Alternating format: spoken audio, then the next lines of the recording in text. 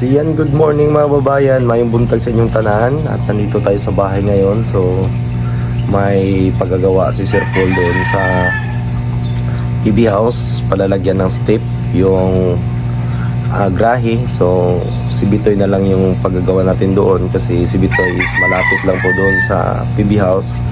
At yun na lang yung paggagawa ni Sir Paul, palalagyan daw niya ng hagdanan yung grahe. So konti lang po yun, madali lang po yung gawin, kasi maano lang po, hindi masyadong mahaba, lang step lang po yung gagawin niya doon.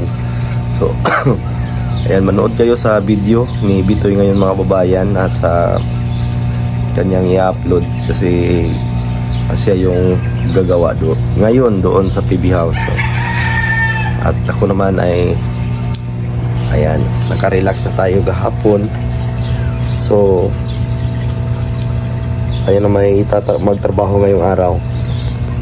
Ayan, at yung motor natin ay napalitan na ng gulong. Hindi na tayo makapaglakad nito sa daan, kasi nung one time na kami pupunta ng patungo kami sa duty sa PB house, naranasan naming maglakad na dalawa ni Gino ng malayo, kasi maaga pa, walang vulcanizing. So natusok ng mga blind rivets yung gulong, kaya na flat. Kaya ngayon pinalitan ko na po mga babayan, para safe kami sa biyahe, kasi malayo yung mga biyahe namin. So mas mabuti yung maganda yung gulong natin, kasi yan po yung isa sa importante ng ating hanap buhay. So kita ko lang sa inyo mga babayan yung gulong na pinalit natin. So yan, gusto ko lang ipakita po sa inyo. Yan. So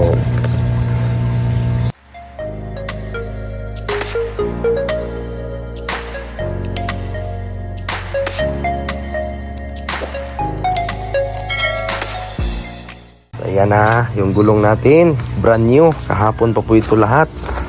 So ayan, yung sa Avanti, itong sa atras, ayan na, bagong bago. Pero gumastos na naman tayo dito, wala tayong magawa. Hasta brake pad, ayan, bago din to, bago tong gulong natin. So hindi lang yung mamahalin yung binili ko, yung mumurahin lang, kasi napakamahal ng mga gulong ng motor.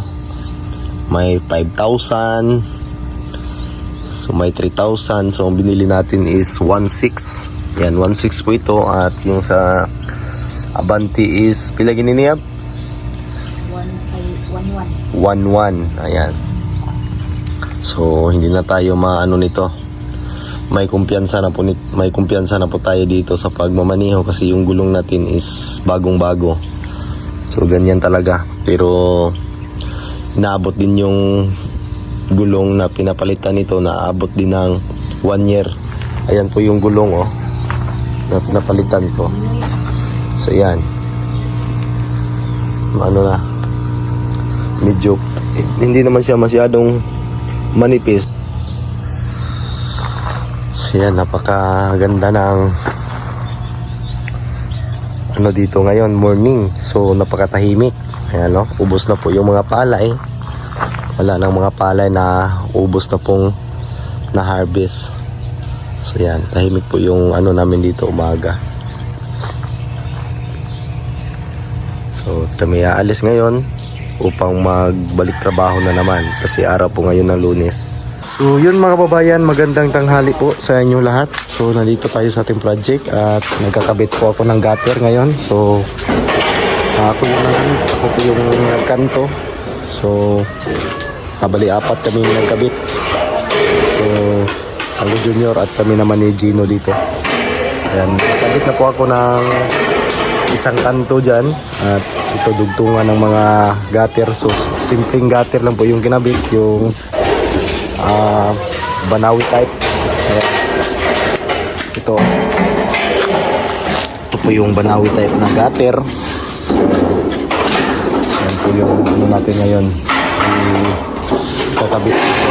So tayong taga-video mga mabayan. So kita ko na lang kaya ang mangyayari dito. Ayan. Shout out pala kay Junri Yungko. ng Mintal, Davao City. Ayan, shoutout sa iyo, Busing. So, dito tayo ngayon. So, yun mga kababayan, at nakapag-umpisa na kaming nagdingding. So, medyo matagal-tagal kasi naglagay pa, pinalagyan ng may-ari ng insulator. Ayan. So, may mga insulator po nating ilalagay para mabawasan yung init ng loob ng bahay kasi nga metal cladding po yung dingding. So, ang kulay pala is white. So, pahiga yung paglagay natin. So, ayan. So, grabe yung ulan kanina kaya hindi kami nakapag trabaho sa gutter ng tuloy-tuloy. So, ayan, at may nakanto na po tayo ng mga gutter para sa mga kantuhan. Pinanto ko sa baba para hindi na po mahirap pag akyat doon sa itaas. So, klaseng to gutter yung kinakanto natin. So, dito, tapos ko na nakanto ang isang kantuhan dito. Doon na lang yung hindi. Kasi dugtong yun doon. Saka dito sa may pinaka-itaas. So, ayan, kunti na lang to. Mga isang buwan siguro. Matatapos na natin, mauubos na natin yung materialis na nabili ng may-ari dito. At tapos na pong nagatiran dyan. So kulang na lang dyan is pag-align at lagyan ng mga bulkasil yung mga dugtungan para hindi tutulo yung tubig. At paglalagay na din ng mga downspout. So ayan po, may mga insulator na nakalagay. Ayan.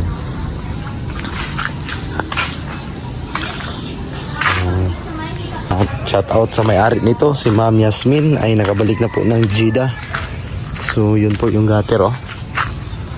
Yan, hindi pa natin na-align yan.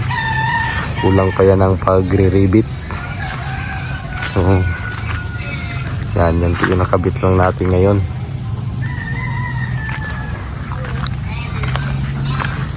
So dito hindi pa. Mga kababayan, magkakanto naman tayo ulit ng gutter. So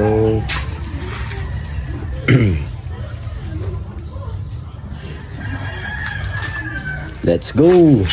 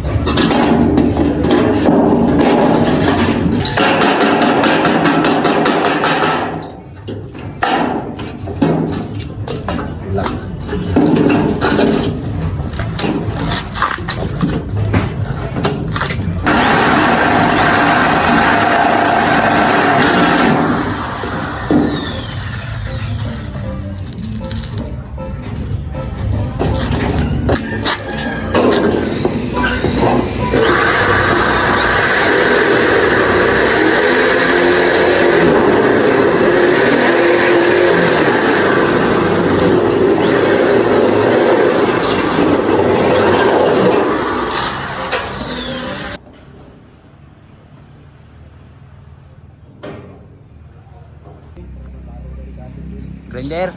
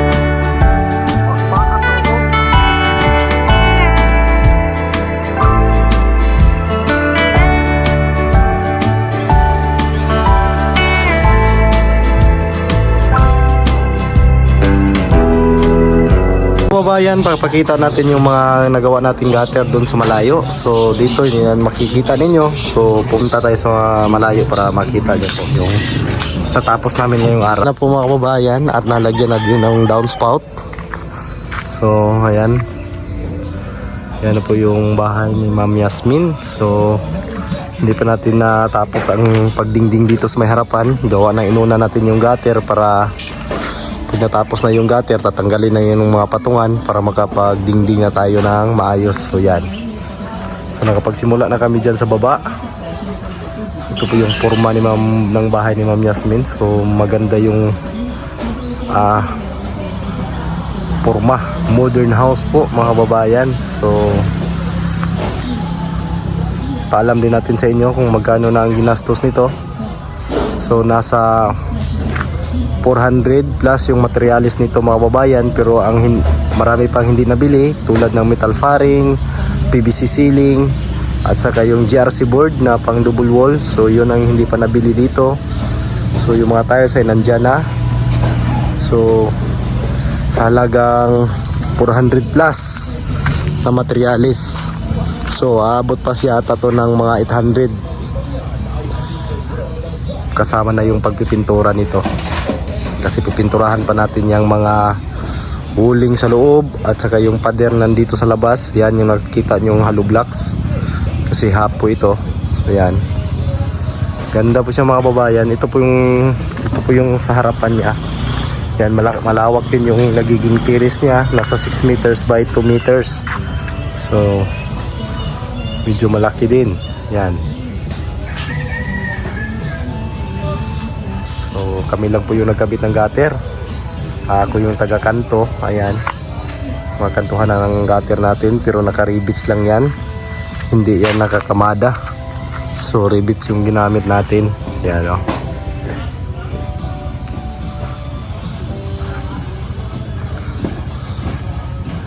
Driagi ko lo sayon ra. Driagi.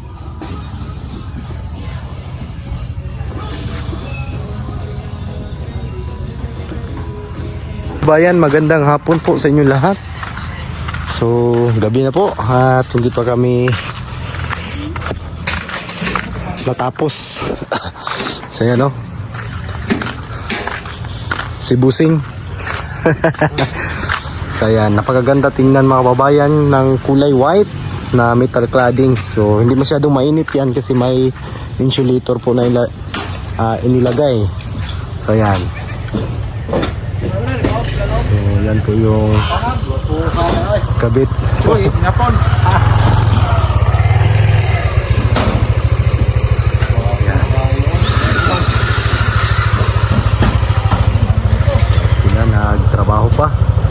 Paspase! So yan na lang po yung tatapusin dito na side sa harap. Bukas dito naman sa gilid. Ito naman sa gilid yung gagawin bukas. Dito naman kami mag dingding. Ayan. Matapos namin yan dyan bukas kasi madali lang po yan dyan. Kasi kumpara po dito. Dito kasi marami yung marami yung pagkakating-kating natin. So dito mas madali na lang po dito sa bandang gilid. So mga gilid, ito lang po yung pinakahirap yung harapan. Kasi marami tayong mga kinating na mga cladding. So bukas dyan naman, matatapos namin yan dyan bukas. So doon, pag matapos na yung gutter doon, matatapos na. So yan po yung pag-gutter namin at malapit na pong matapos. So yan. At makita ito ni Ma'am Yasmin kasi si Ma'am Yasmin ay nandun na po sa Jeddah. So makikita na po niya yung outcome ng kanyang bahay. Pero hindi pa talaga ito ang katapusan. At marami pa po ang kulang dito para matapos yung matapos po yung bahay ni Ma'am Yasmin. At napakalaki na mga kababayan na nabuo na. So nakita na po yung kalakihan niya pag nadingdingan na po siya. Ayan. At yung ikikasami pala dyan sa labas is yung PVC ceiling. At napakalinis po na tingnan nun mga kababayan kasi PVC po at hindi na magpipintura. So madali lang din yung ikabit kasi magaan lang po yung PVC polywood o PVC panel. So ayan, napakalinis tingnan. Ayan. Sa bandang gilid, kunti na lang po yung paglalagyan ng gutter. Kunti na lang yung hindi natapos. So, kailangan ko pa yung kantuhan kasi ako yung taga-kanto. Kasi ako junior na yung nagtapos na kumabit. So, wala na. So, ang kulang na lang dito na lang na side sa bandang gilid ang hindi natapos. Yan. Yan na lang po ang hindi nasamihan. So, nalagyan ng gutter. Pagkatapos malagyan yan, pwede na ito pang kukunin itong mga patungan para makapag na diretso-diretso na po yung trabaho dito sa pagdingding. Ayan. Pakalaki din ang bahay na ito mga babayan. So, gandahan nito is may insulator. Panagang sa init. So, ayan o. So may insulator po siya at may mga linya na po na kuryente at linis pagkagawa ng ating kuryente. Napakahusay po ng elektrisyan na gumawa nito. Kaya napakalinis po mga kababayan. May daan talaga mga PVC. So ayan, nilagyan talaga ng mga daanan. So mga babayan, organize po yung pagkalagay.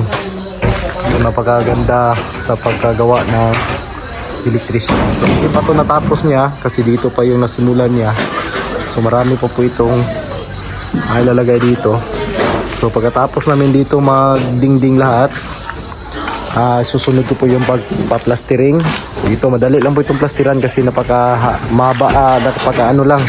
Hindi masyadong mahaba yung height. So mas mabilis po mas madali lang po itong plastiran. So siguro sa mga tatlo kami dito plastering, hindi ito aabot siguro ng 2 araw. So ayan, dito sa loob para makapagsimula na mag-tiles kasi nandyan na po yung materialis, nandyan na yung tiles. So ayan, nabutan na kami ng gabi. So ayan po yung insulator mga babayan. So ayan, hanggang sa itaas nalagyan po ng insulator. So sa gustong magpagawa ng bahay dyan, sa mga malalapit lang dito, pwede nyo po akong kontakin para makamura na din kayo kasi hindi po tayo nagsisingil ng malaki. Importante may income tayo sa araw-araw nating sa araw-araw. May income po tayo sa araw-araw, bawat araw kasi yung araw-araw po tayo kumakain tapos araw-araw din tayo na gumagasto. So sa mga malapit lang po mga babayan, pwede kayong kumontak sa akin sa aking messenger at Red Adalid. So pwede kayong kumontak doon para maano natin, para makapan natin yung gusto ninyong moderno ng mga bahay. So gawa lang po ito sa light lahat kasi nga dito mas dito yung lindol. So yung natin rafter, So may mga bridging yan. So yon. May mga bridging yung Raptor natin. So dito, may tukod pa ito dito, may poste. So matibay po itong gitna na side kasi magpuposte po tayo dito kasi may partition po dito. May isang kwarto po dito na maliit. So hindi naman masyadong maliit yung kwarto na gagawin natin dito. So dito din, dalawang kwarto. So at may CR na malaki. So ayan, tingnan nyo po yung CR mga babayan. Napakalaki po nito. 3 meters by 190 centimeter. So ayan, 1.9 meters by 3 meters. So napakalaki po. At ang tiles nito ay sagad hanggang kisame. So kaya natin inasintadahan ng hollow blocks kasi yung tiles nito is sagad sa kisame. So yung hollow blocks na yan ay sasagad natin dyan sa may girt. Palibot dyan dito. May girt na yan. Para titibay yung 6B natin. Para ma-welding natin yung vertical bar doon sa itaas. So yan, napakalaki po ang CR nito. Ng bahay na ito mga babayan. So tayo lang po yung nag-design. At ako lang po yung nag-design ng bahay na ito. At sa ground floor, tayo lang po yung gumawa ng plano dito kung paano i-arrange yung mga kwarto. So yan, medyo hassle pero okay lang po yan mga babayan. Ang importante may trabaho po tayo. So yan, thank you mga babayan. Maraming salamat po sa inyong lahat. So yan, shout out kay John Ryungko ng Mintal. Ayan, may gabi busing. Ayan, at yun lang po mga babayan, yung update sa ginagawa nating bahay dito sa Kidapawan kay Ma'am Yasmin. Ayan, thank you so much at nakapagsimula na kami magdingding. So amping matanan mga babayan.